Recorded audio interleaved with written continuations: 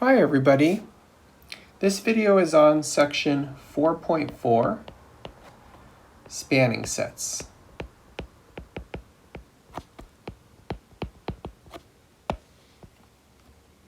So,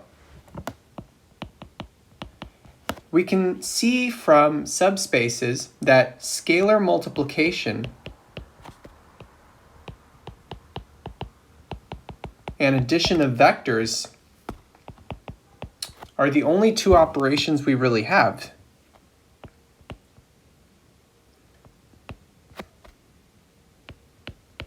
So since scalar multiplication and vector addition are the only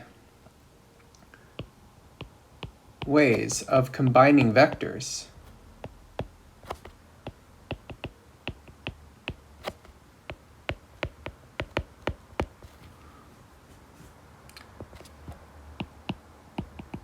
this motivates the following definition.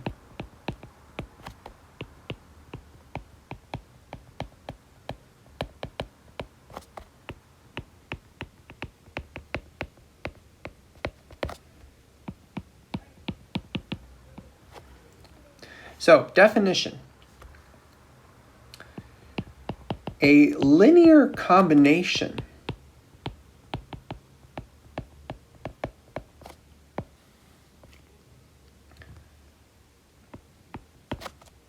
of k vectors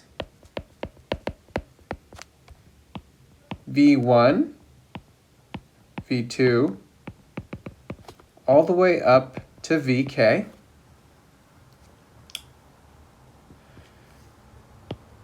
from a vector space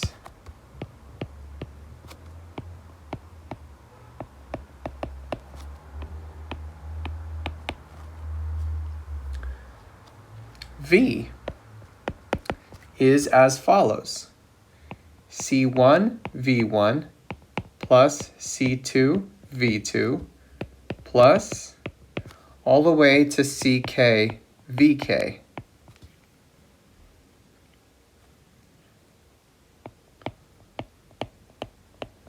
Where C1 all the way up to CK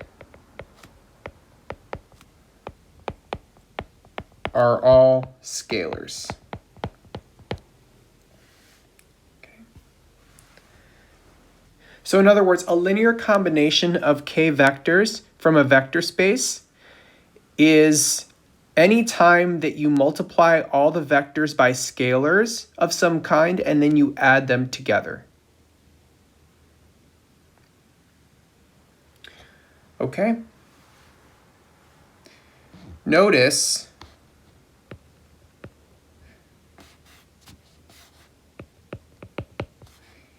that this sum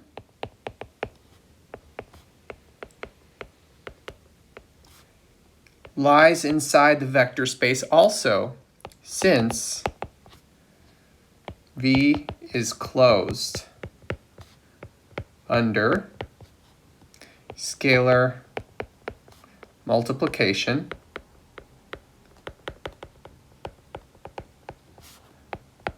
and vector addition. Okay, so what we're basically saying is that a linear combination of vectors is just any time you take a sum of those vectors and multiply them by scalars, and that leaves you inside that same vector space. Okay? So let's do an example here.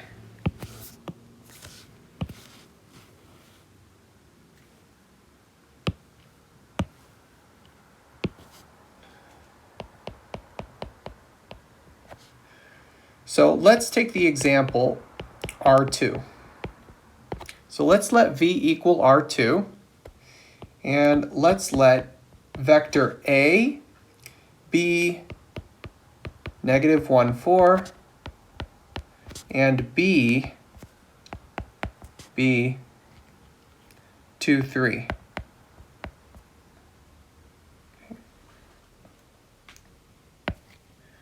What's an example of a linear combination of these two things? So we could take, for example, 6 times A minus 7 times B. This guy would be a linear combination. What would that actually equal? So this is 6 times -1, 4, minus 7 times 2, 3, which is -6, 24, plus, and then -14, -21, which is the vector -20, 3. So this vector that I just wrote down, this guy is of course a linear combination of A and B. Okay. All right. So, definition.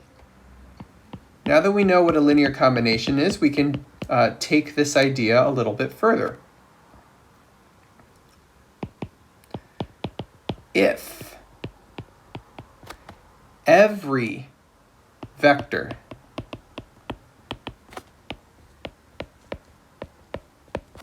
in a vector space V can be written as a linear combination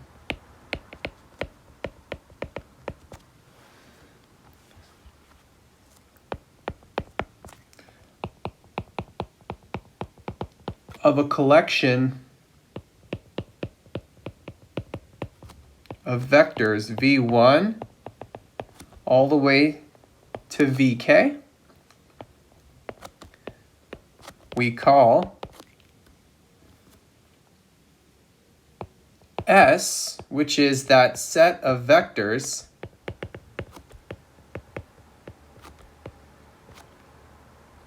a spanning set.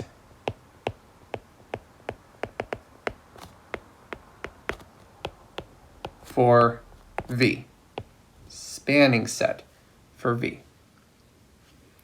We also say S spans V.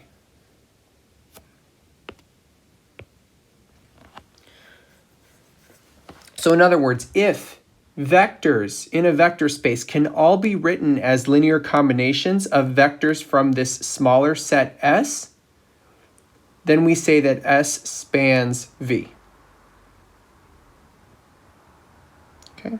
So let me give some sort of intuitive natural examples here, okay? So what are some natural examples?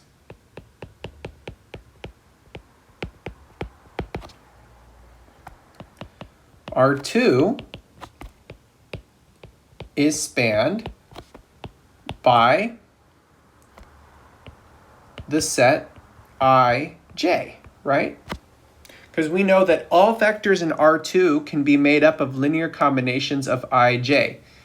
For example, vector 4, 5 is of course equal to 4 times I plus 5 times j. And what's another natural example? How about R3? We know that R3 is spanned by I, J, K.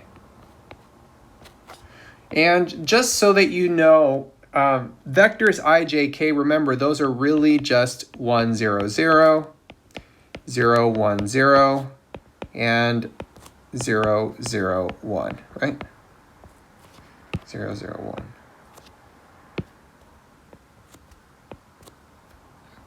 Okay.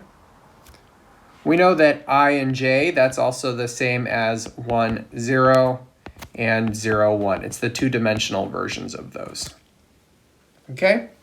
So R2 is spanned by I and j. R3 is spanned by I, j, and k. Okay? All right, so let's do an example.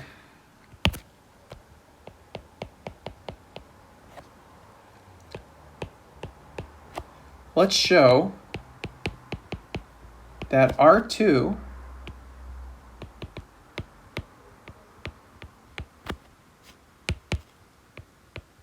is spanned by the vectors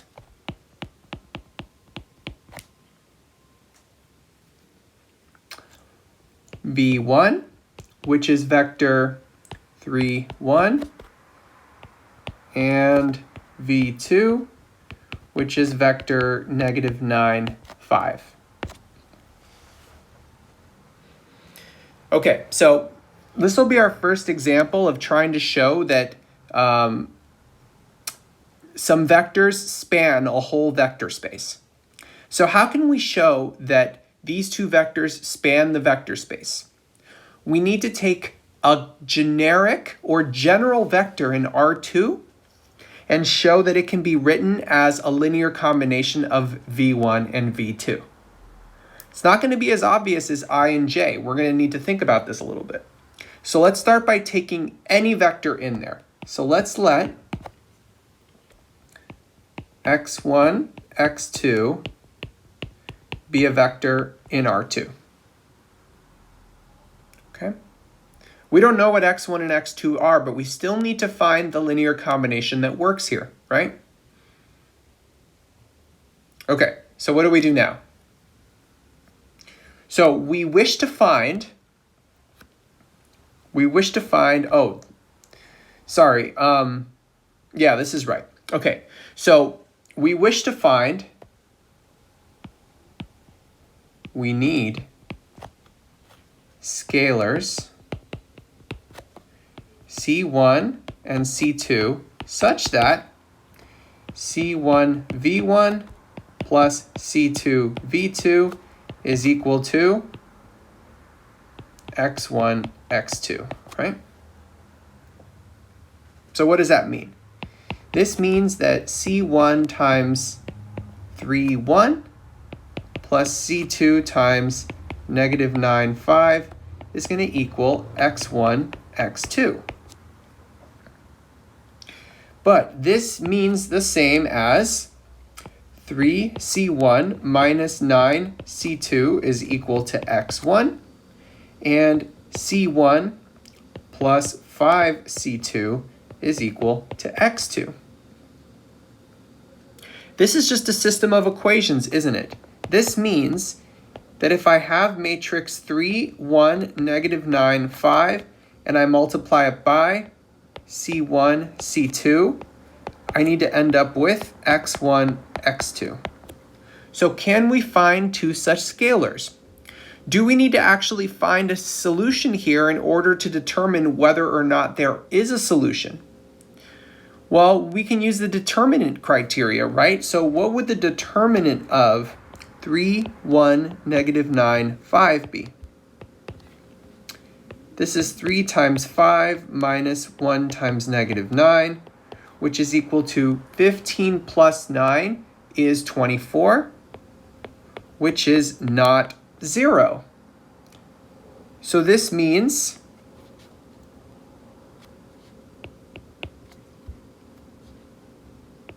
the system has a solution for C1 and C2.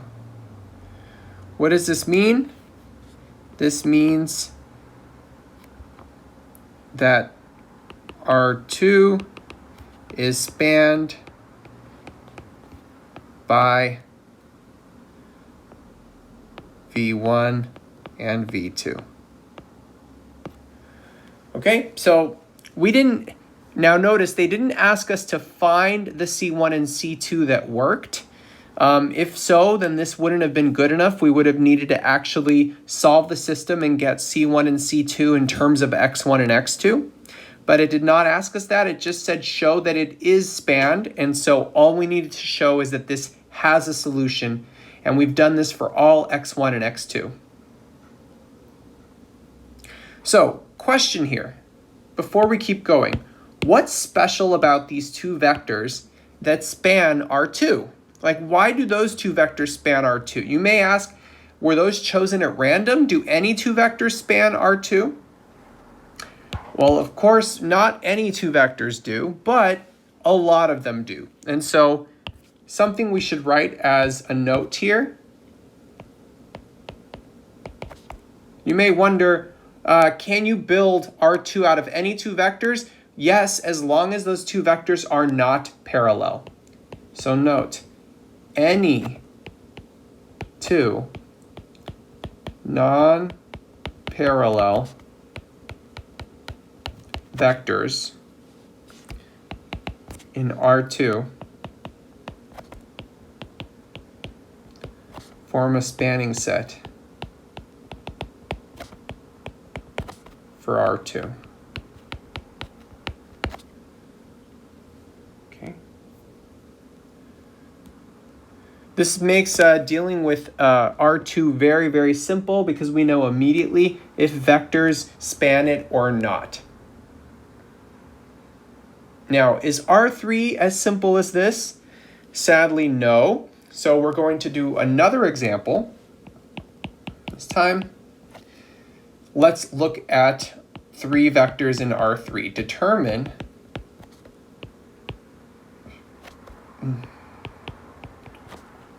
whether the vectors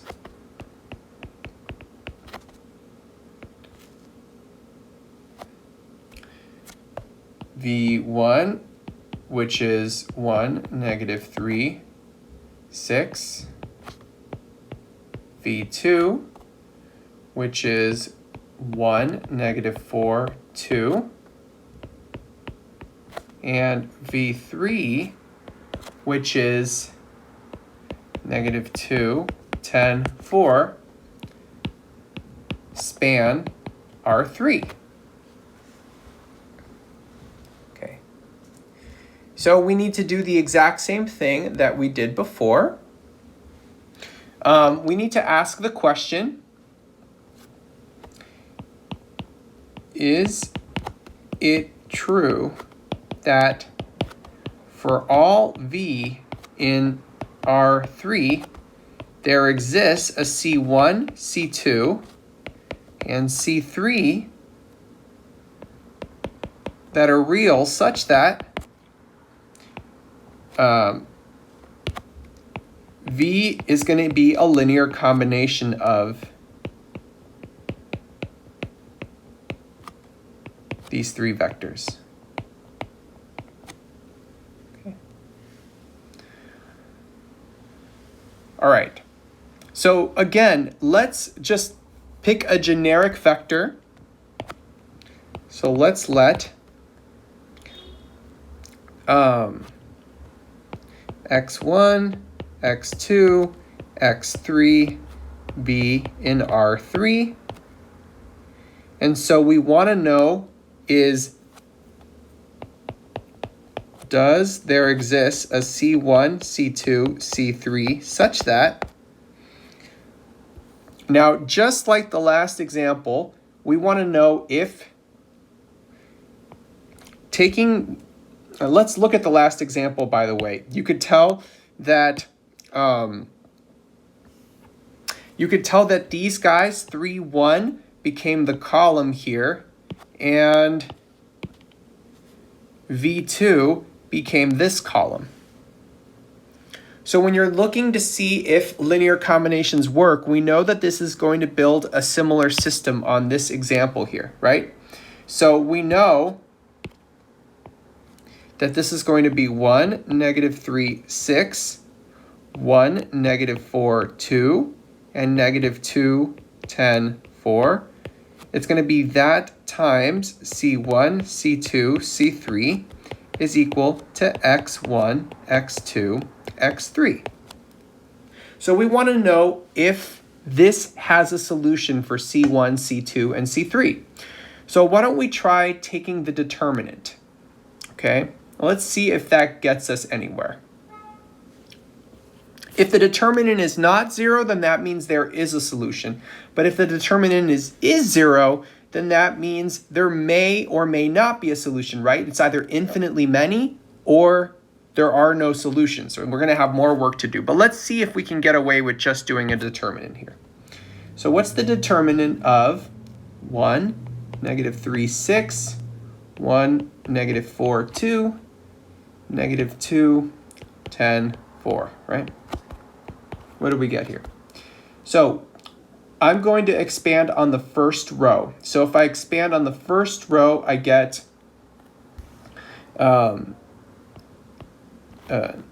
let's see. I'm going to get -4 times 4 minus 2 times 10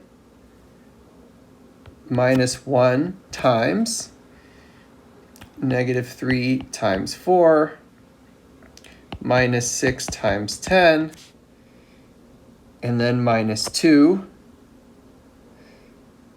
times -3 times 2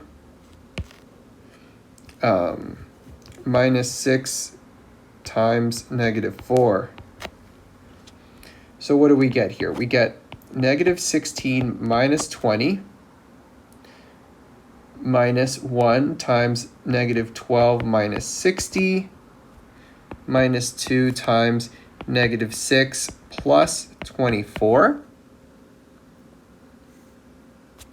We end up with -36 plus 72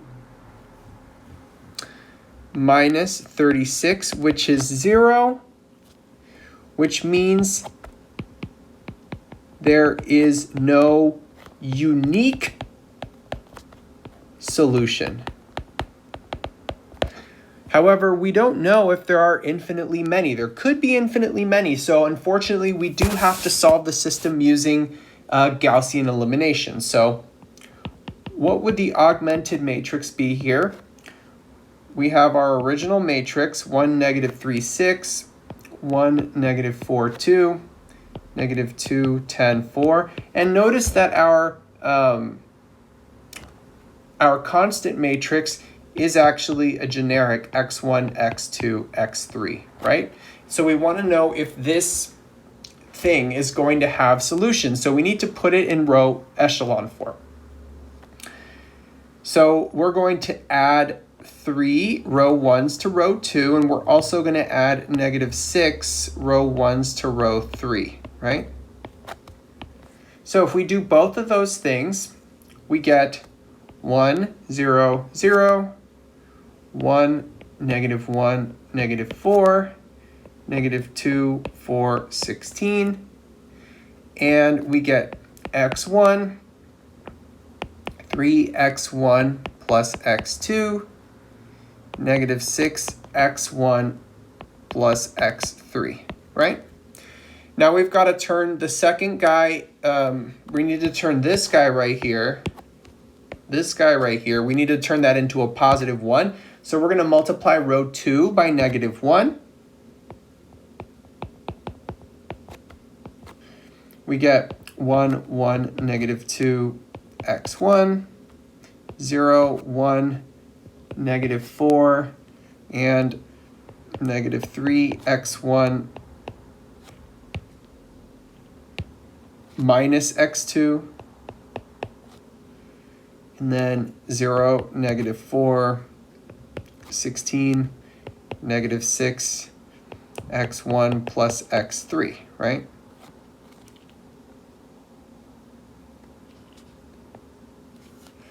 Now what? Now we need to get rid of the -4 under the 1. So I'm going to add 4 row 2s to row 3.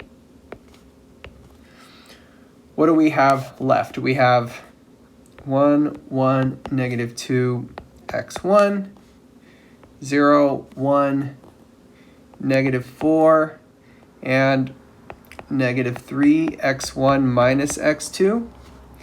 And actually we end up with 0, 0, 0, and -18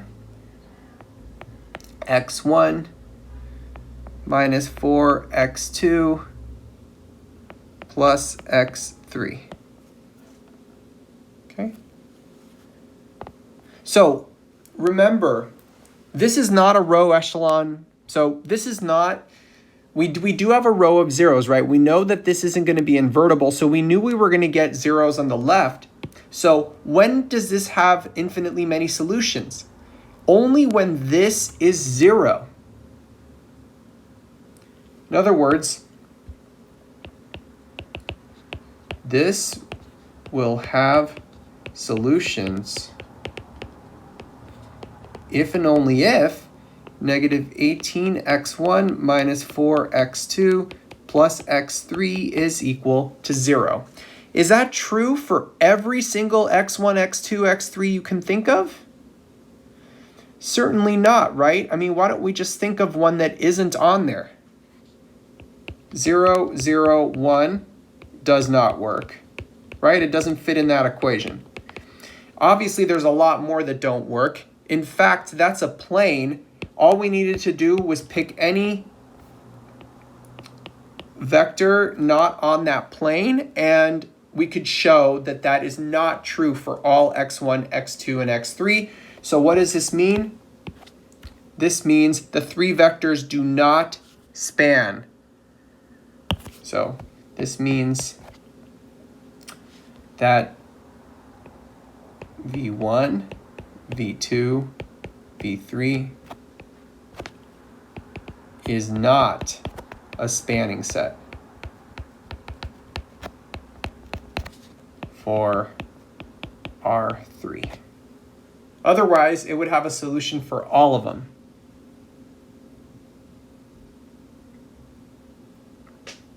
Okay, so we need a theorem here.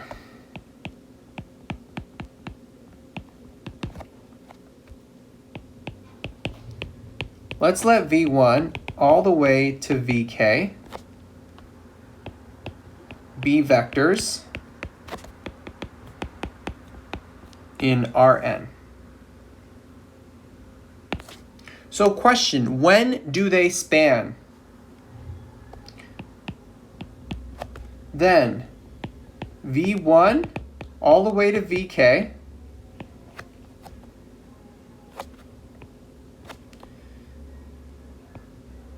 is a spanning set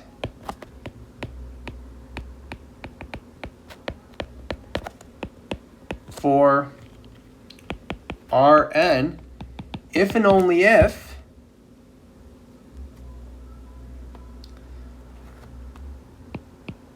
so think about what we were doing, right? What we were doing in the last example is we took the 3 vectors, we made them, right? We took vector 1, put it as column 1. We took vector 2, put it as column 2. And we took vector 3, put it as column 3. And we saw if that thing had a solution, right? The system. And so that's all we're writing in this theorem. So we're going to write the following. If and only if for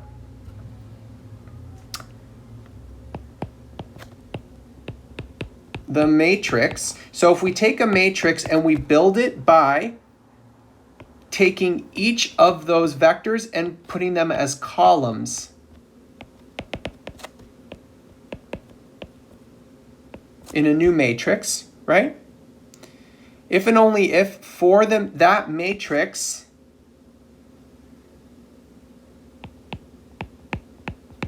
the system A times C is equal to V,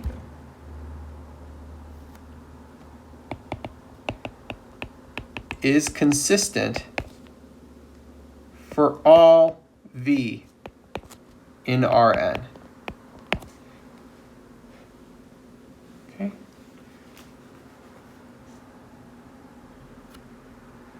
What's the proof? All you have to do is look at the previous example, right? I mean, that's exactly what we did. The previous example, we did it for the R3 case. This is just saying that you can do this for Rn, for any n that you want, okay? All you have to do is take all those vectors, make them your columns of your matrix, and then see if you can solve that system. Note something we wrote down here. We wrote down C, but of course remember that C is of course equal to C1, C2, all the way to CK, right? In other words, we're taking that vector and we're trying to see if there are solutions for all of the C's. Okay?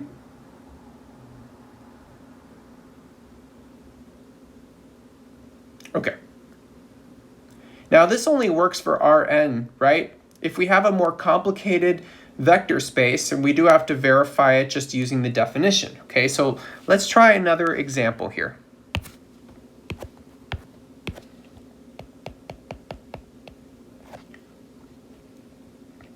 Verify that A1, A2, A3, and A4 is a spanning set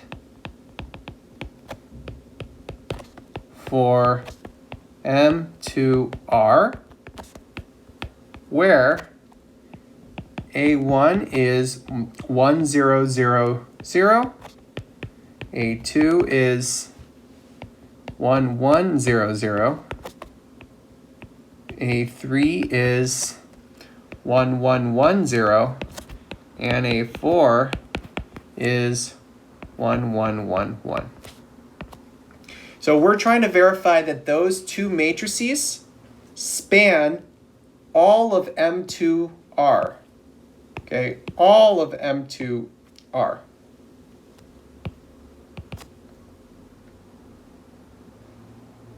So how do we do that? Remember, we start by taking any guy in the vector space, a generic person, right? Or a generic element in the vector space, and we try to show that you can write it as a linear combination of those four, right?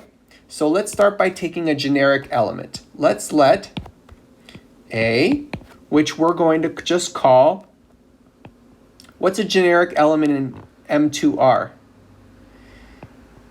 A, B, C, D, right? We can call it that. Let's let this guy be in M2R, where A, B, C, and D are all real numbers. Okay, so we're taking a generic element in there. So the question is, does there exist a C1, C2, C3, and C4 in R such that C1A1 plus C2A2 plus C3A3. You know what? Let me write these on the next line. C1A1 plus C2A2 plus C3A3 plus C4A4 equals A, B, C. Well, let's write A. In other words, can we write A as a linear combination of those four matrices? So let's go ahead and find out. We're just going to plug in the stuff that we have here, and we're going to see if this has a solution. So this means that C1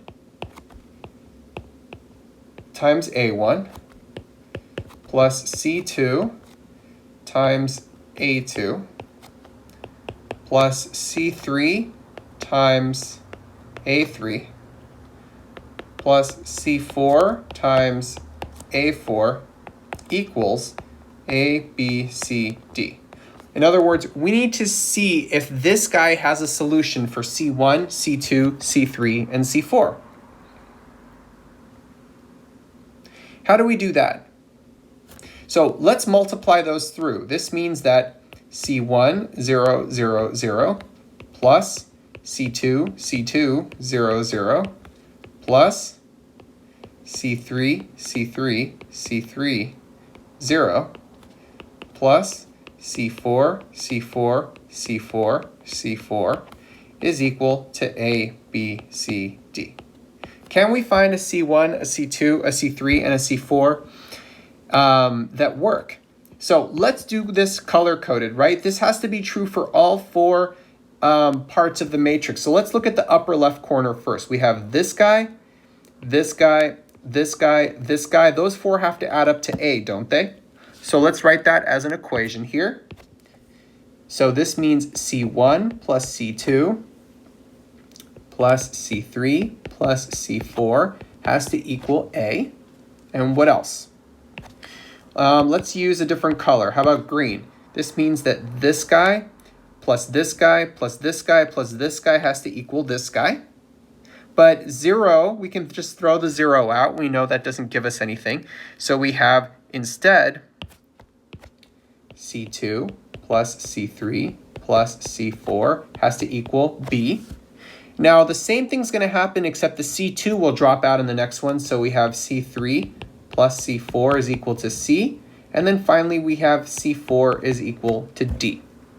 So does this system have a solution? So obviously yes, right? Because we can solve it just by looking at it.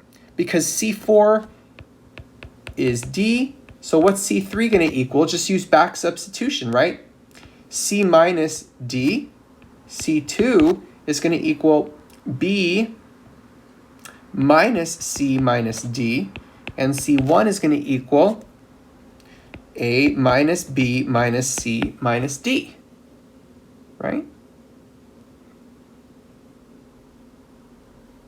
Does that look right?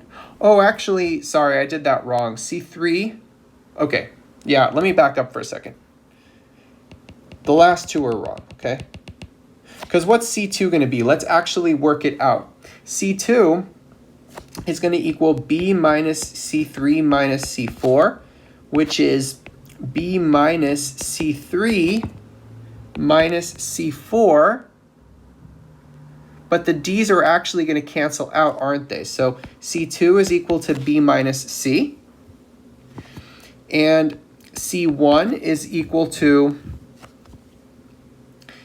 A minus C2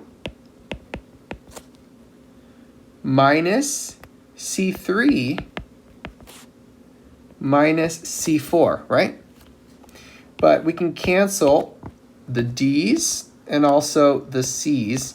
And so we're left with A minus B. Okay, so what does that mean? That means we've got our solution, right? Our solution would be C1 equals A minus B, C2 equals B minus C, C3 equals C minus D, C4 equals D. This is a solution. And so this means that A1, A2, A3, and A4 is a spanning set, or we could say that these guys span, this set spans M2R.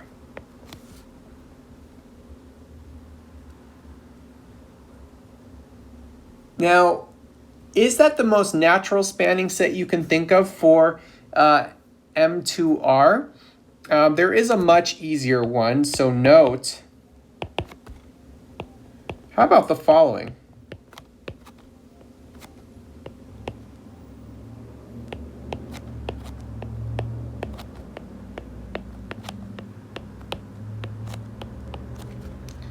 That guy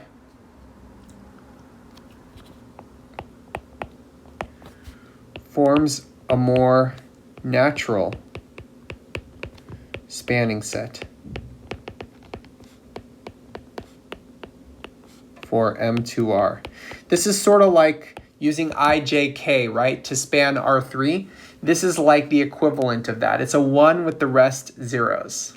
And this is going to be a very important part of this chapter as we move on, okay? But for now, just think of this as sort of the natural spanning set.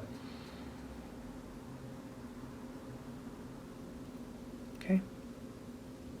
Now, notice just because this is the natural spanning set, it doesn't mean there aren't any other spanning sets that maybe are a little less natural. Like the last example, we saw that these four, which don't look that nice, they do span all of M2R, okay? So you don't need to use sort of the easy one that comes to mind. Okay. All right. Good example. Let's do another vector space. Let's look at polynomials. Those are always fun. Let's determine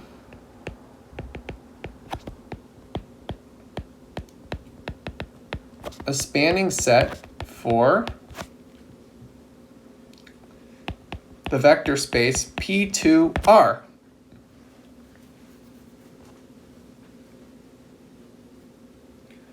So what would any guy inside of P2R look like? Well, what's the definition of P2R? Remember, it's all polynomials of degree at most 2. So this would be the set of all polynomials. Remember, polynomials all look like this, such that A, B, C are in R, right? But this definition actually gives us the exact spanning set to use, right? So what about the set 1, x, and x squared? This guy is a spanning set for P2R. Because I could take any polynomial I want. Like, for example, let me use concrete numbers here. What if I have 3 plus 7x minus 11x squared? Can't I write that as 3 times 1 plus 7 times x minus 11 times x squared? And so if I were to call this guy, for example, vector v1, this guy, for example, vector v2, and this guy, for example, vector v3, I've just written this guy as a linear combination of those vectors. And that's true for anything in the set, right? Oops, that last one should be v3. So there you go. We found a spanning set.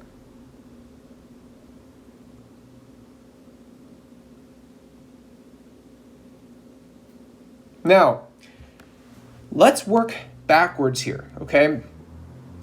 What does it mean to build the span of a set? So this is an important definition that we need. So let's write this on the next page here. Definition. Let's let v1, v2, all the way to vk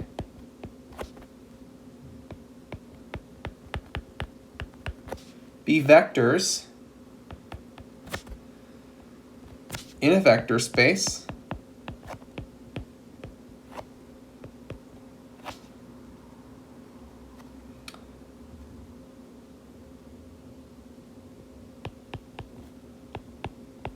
over the real numbers. That just means that the field that we're talking about are the real numbers, okay?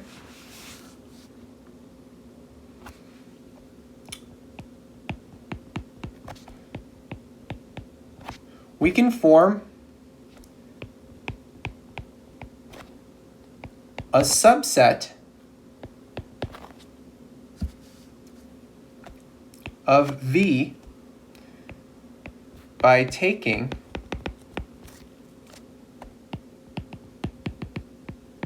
all linear combinations of V1 all the way to Vk.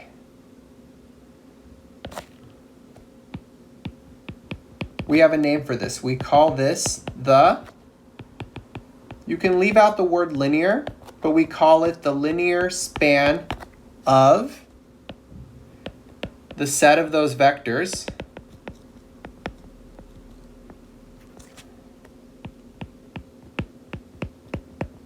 and we denote it by writing span, and then we put the vectors there in a set. Okay, so you take all possible linear combinations of those vectors. So the idea is that if you take any set of vectors, you can talk about the span of those vectors, which is all possible linear combinations of those vectors. So this means that the span, if we want to write it in symbols, it's going to be the set of all linear combinations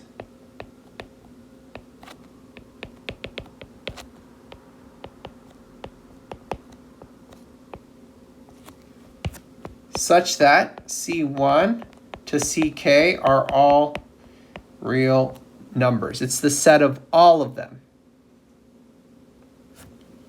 You can write it this way too. It's the set of all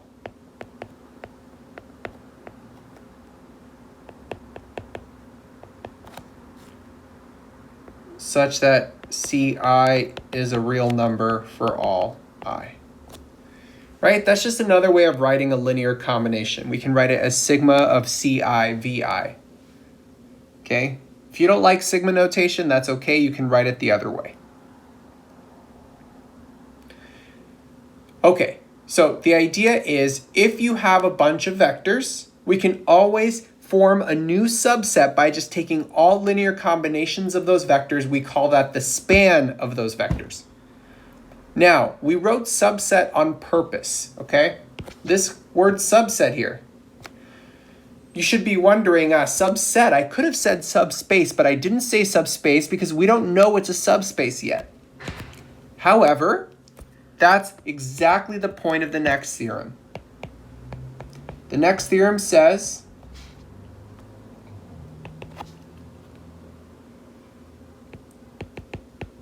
given any vectors v1 all up to vk from a vector space, the span of those vectors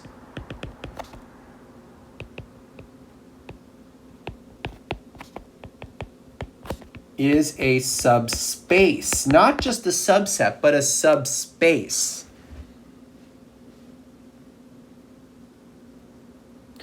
Okay, what is the proof of this? We are going to prove this. It's not that hard. We just need to show that it meets the two axioms of being a subspace. Remember, we have we learned in the last section that all we need to do is show that it's closed under vector addition and scalar multiplication, right? So the proof is, let's go ahead and let's let S be the span of V1 all the way to VK. It helps to give it a name, right? And let's take any two elements in the span, and we want to show that they add up, that they add together. So first we want to show Axiom One is true, right? So let's let C1 V1 plus all the way to CK VK be in S, and let's use different constants. How about D? D1 V1 plus DK VK also be in S. So we just took two arbitrary elements in there, and now we're going to add them together. So what's C1 V1 plus CK VK plus D1 V1 plus DK VK?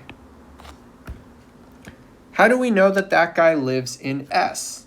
Well, if we add those together, how would we add them together? We know that this is actually equal to C1 plus D1 times V1 plus, and we can do that for all of them, can't we?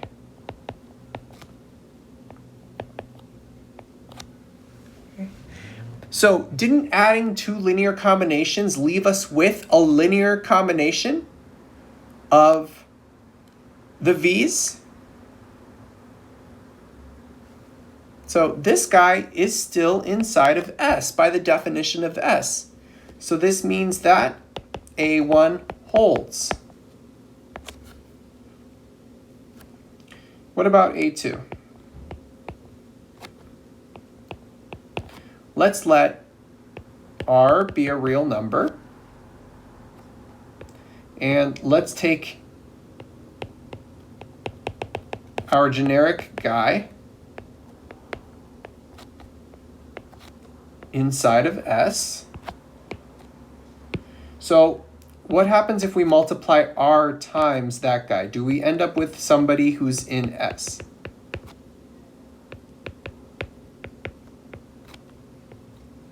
Well, how do you multiply a scalar times a linear combination? We know that real numbers distribute, and so you end up with RC1 V1 plus RC2 V2 plus all the way up to RCK times VK. And all of that is inside of S. So what does this mean? All this means that A2 holds. So A1 and A2 hold, which means that S is a subspace.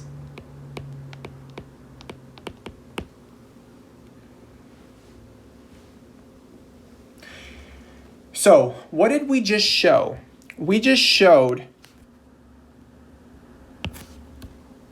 that if you have any set of vectors in a vector space, so let's draw this as a picture. Here's our visual.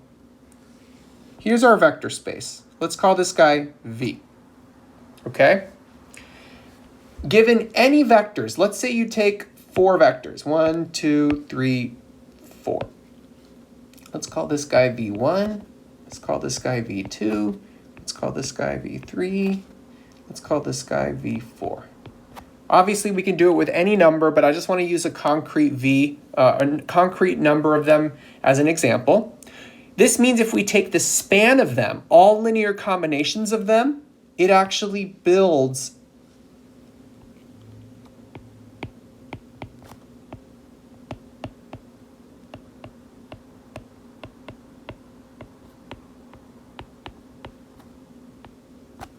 some subspace. This guy is a subspace of V.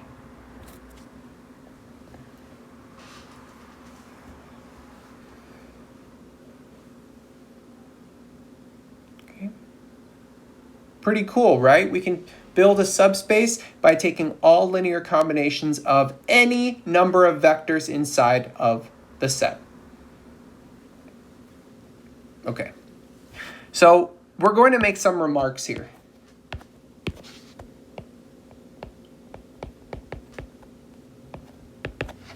First, we said any subset. What happens if we take the empty set? So by convention, the span of the empty set is just going to be the trivial subspace. Remember the trivial subspace?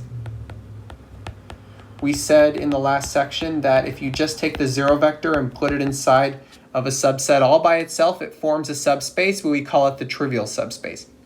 So the span of nothing is just going to be the trivial subspace, okay? We say by convention because it doesn't really make sense to take the linear combination of nothing, right? So that's why we just put one thing in there, which is the 0 vector. So 2, we have a name for this. We call the span of k vectors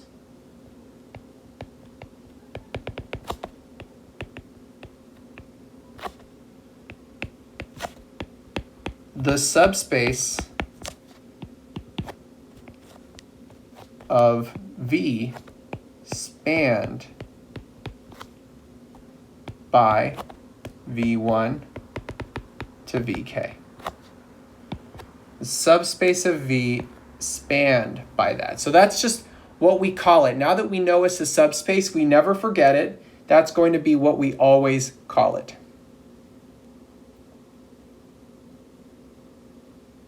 Okay, so we're ready for some final examples. We're going to do many examples so that we get a feel for span, a better feel for span. So let's let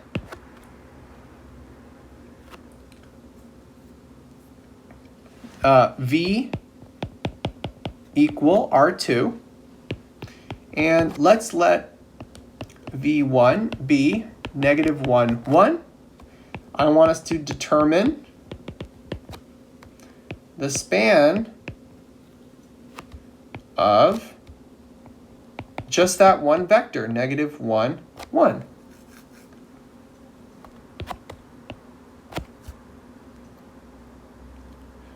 Okay, so what is the span of -1, 1? We know that by definition the span is all linear combinations, but there's only one vector there, right? So in other words, it's going to be the set of all C1, or we can just call it C, right? Times -1, 1, such that C is in R. But this is also, if we multiply C through, that's just -CC, such that C is in R. Okay. Do we recognize this? We should know, if you look at all points of this type, what relationship do you see here? Right? Isn't this just y equals -x? So this actually just forms a line, right? So this is equal to, the span of that one vector is just going to be the line y equals -x in R2. Y equals -x. Or if we draw a picture of it in R2, y equals -x, I'll draw it in red. It's just this line, right?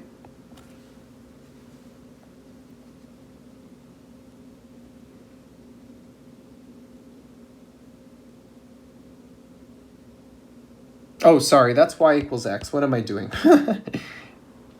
I apologize. Yeah, it is that way.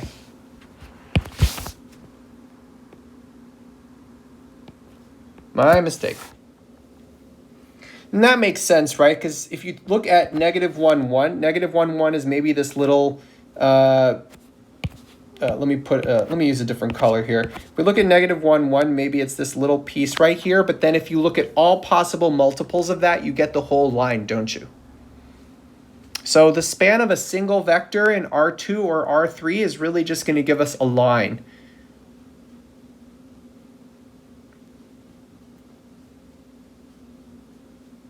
Okay, let's try another example.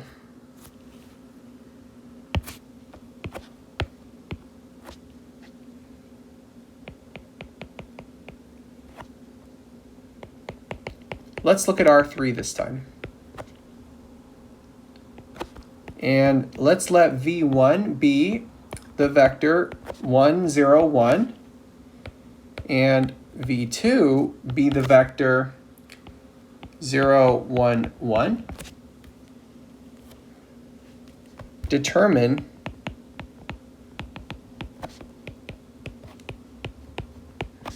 the subspace of R3 spanned by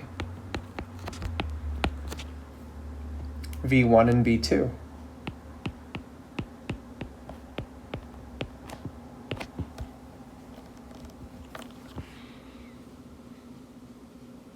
Okay, that's going to be part A, and part B is going to be, does W, which is going to equal 4, 5, -9, lie inside that subspace, span of V1, V2.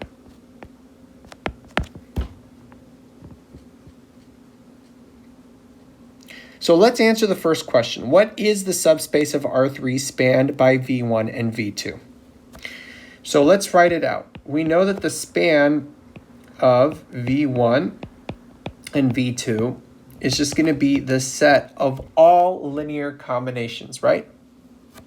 So it's going to be the set of all C1 times 1, 0, 1 plus C2 times 0, 1, 1, such that C1 and C2 are real numbers, right?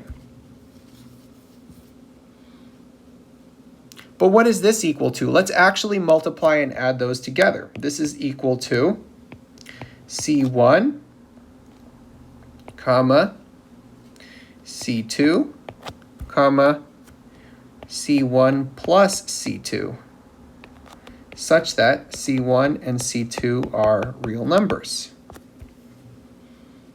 Okay. So what does that give us? Well, if we look at this as a three-dimensional thing, if we call this guy X and we call this guy Y, we notice that this is X plus Y. In other words, this satisfies the following. This is going to be, this means that the span of V1 and V2 is a plane, isn't it? It's the plane Z equals X plus Y.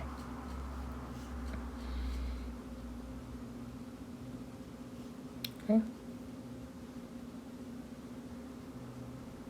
Because all linear combinations of those two have to fit that equation. So then we can easily answer part B. Really, they're just asking, does that guy lie in that span? All we really have to check is if W fits that equation, right? So for part B, all I need to do is plug in, isn't that this guy, X, Y, and the Z coordinate? I just plug it into the equation and see if it works. So is it true that -9 is equal to X plus Y, 4 plus 5? The answer is no, which means W is not in the span of V1 and V2. In other words, that vector does not lie on the plane.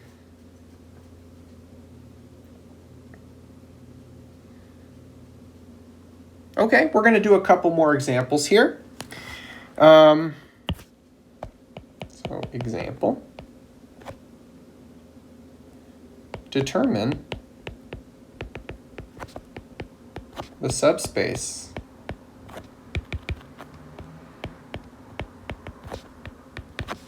of P2R. Remember, that's all polynomials with real coefficients of degree at most 2, right? Spanned by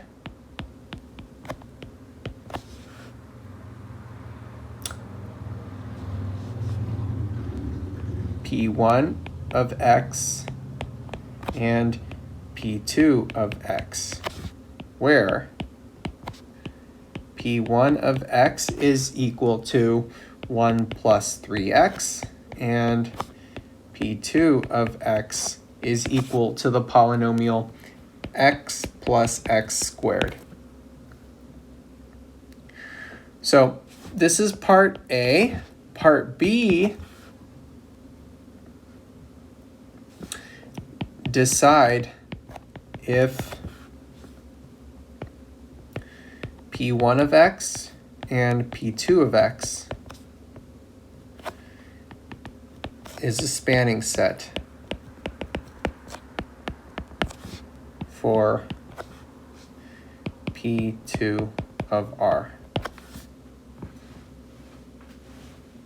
Okay, so let's start by writing out what the span of P1 of X and P2 of X is.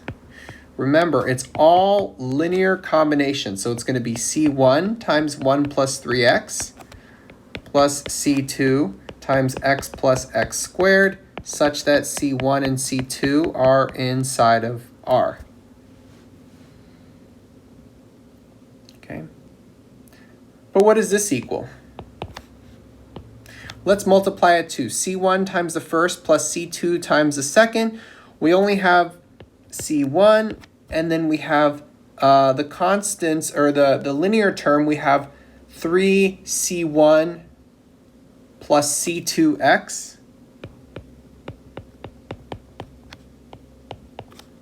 plus, and then we have C2x squared.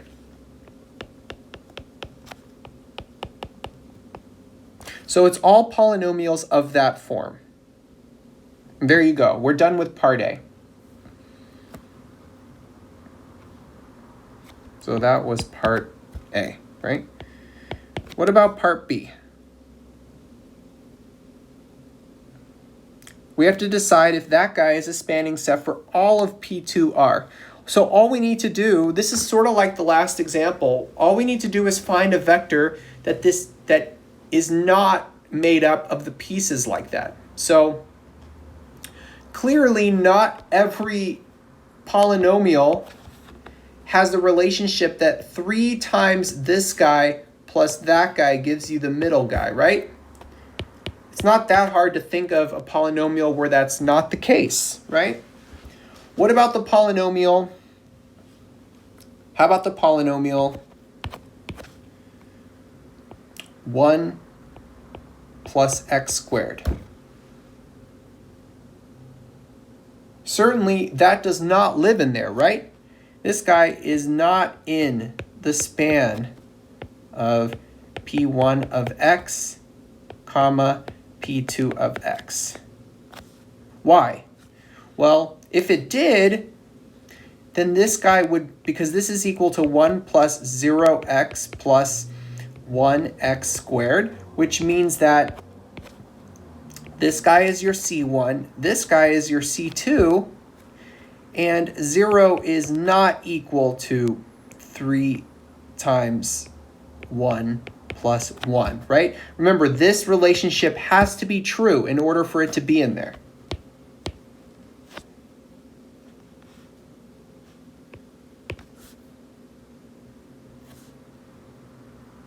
Okay? So what does this mean? This means that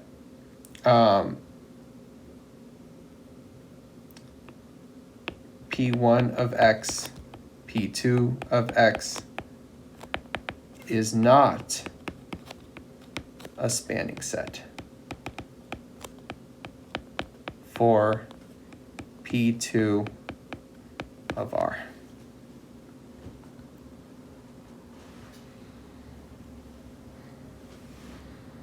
Okay, we're going to do a couple more examples here. You know, for that previous example, I realized I forgot to write part A here. So I just want to make sure it's clear that that part before was part A and then part B continued there, okay? All right, so we're going to do 2 more examples.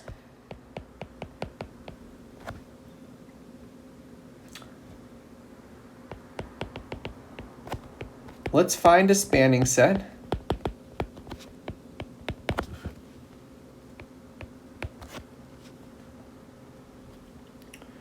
for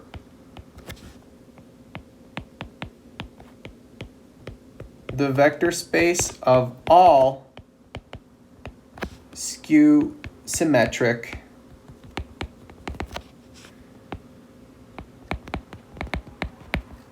matrices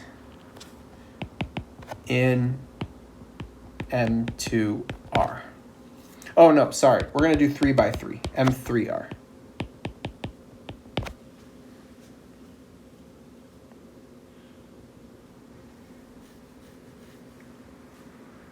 So what is this spanning set? Or sorry, what is this vector space? Why don't we give this vector space a name, actually? Why don't we call it V, just so we don't have to keep writing all that? So V is going to be all skew symmetric matrices. So how do we define V? Remember, skew symmetric matrices are the set of all matrices such that if you take their transpose, you get the negative of what you started with, right? So what does that equal? We need to try to write those as generic elements. So remember we talked about these. We know that we have to have zeros on the diagonal. That's the only way that if you transpose it, you get the negative of them because the diagonal stays the same. And then any element that you put here has to be reflected and become a negative after you transpose it. So how many free choices do we have? B becomes negative B. C becomes negative C. Such that A, B, C are in R. So now that we've written it this way, it becomes a little more clear of how we can choose the spanning set, right? Because can't I write 0, negative A, negative B, A, 0, negative C, B, C, 0 as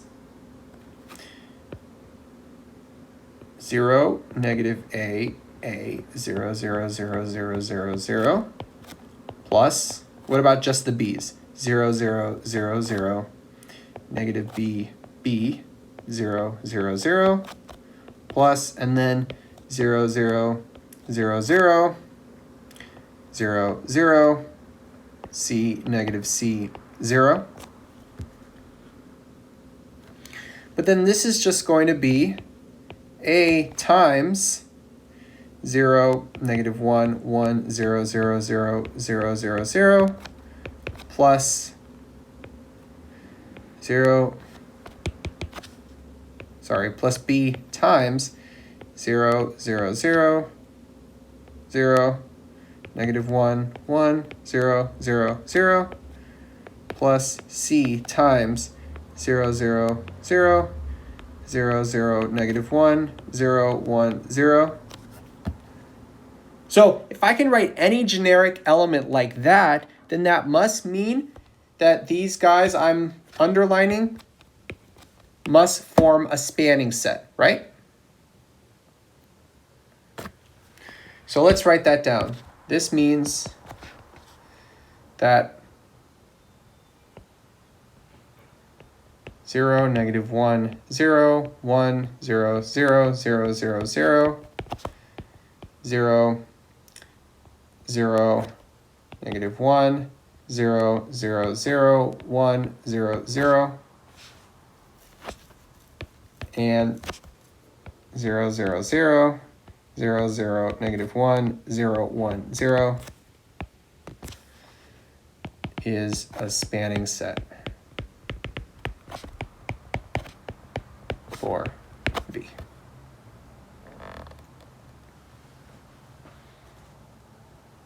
You could see that finding a spanning set really isn't that hard if you just write down what it is, write down your sets and your generic elements, and then from there try to see what you would need to build it up using linear combinations. Okay, we're going to do a little bit more of a sophisticated problem for this last example.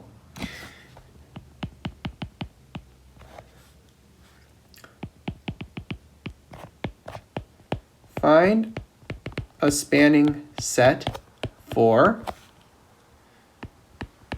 the null space of A, where A is equal to negative 1, 2, 5, negative 10, 3, negative 6. So in other words, we know that the null space of A is a subspace. We're just trying to see if we can find a spanning set for that subspace. Okay, so what is the null space? Let's start by writing the definition. The null space of A is equal to the, we know it's going to be the solution set for the homogeneous system, right? For it's going to be the set of all, sorry, I need to back up here. It's a set of all x's such that ax is equal to 0, right? It's the solution set to the homogeneous system, right? So this is going to be the set of all x such that -1, 2, 5, -10, 3, -6 times x1, x2, x3 is equal to 0, 0. Okay? So all we need to do is solve this system, and we're going to do that on the next page here. So we're going to build the augmented matrix, right? We know that this is A, and so we're going to do A sharp. So A sharp is equal to -1, 2, 5, -10, 3, -6, and then 0, 0. And so all we need to do is solve this system, find the solution set, which means we know we need to put it in row echelon. So I'm going to multiply row 1 by -1, and that gives me 1, -5, -3, 0. This guy stays the same. And then we're going to add -2 row 1s to row 2. That gives us, the first guy stays the same. And then we have 0, -2, 0, -2, 0, and then we have 0. They're all 0, aren't they? Okay. So we have two free variables, don't we? X3 is t, x2 is equal to s, and x1 is equal to 0 plus 5s plus 3t. Okay. So now that we solved the system, we can write down the null space of A then.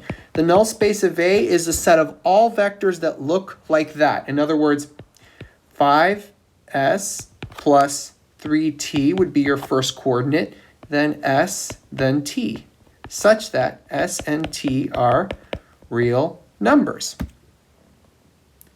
So how can we build all vectors that look like this? Remember, finding the spanning set just means we have to find vectors that we can turn into a linear combination that will make up this set. And so let's take that guy and break it up. How about we break it up using s's and t's? So 5s, s, 0, plus 3t, 0t. And then this is going to be 5 times, oh, sorry, pull out the s, right? So pull out the s. We have 5, 1, 0, plus, and then pull out the t. We have 3, 0, 1. Okay? So what does this mean? We just found the two vectors that are going to span the whole space, didn't we? Right? Because notice that all vectors in the set are linear combinations of these two vectors. And so we can write that down. This means that null space of A is spanned by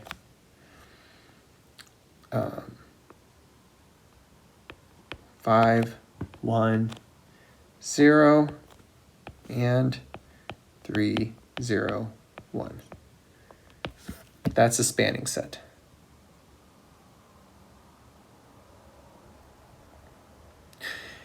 It's very important that you understand this section very, very clearly before you move on to the next section. So make sure that you get all of the homework done for this section and you study the definitions clearly before the next section, which has to do with linear dependence and linear independence. That definition is very much connected to this definition, okay?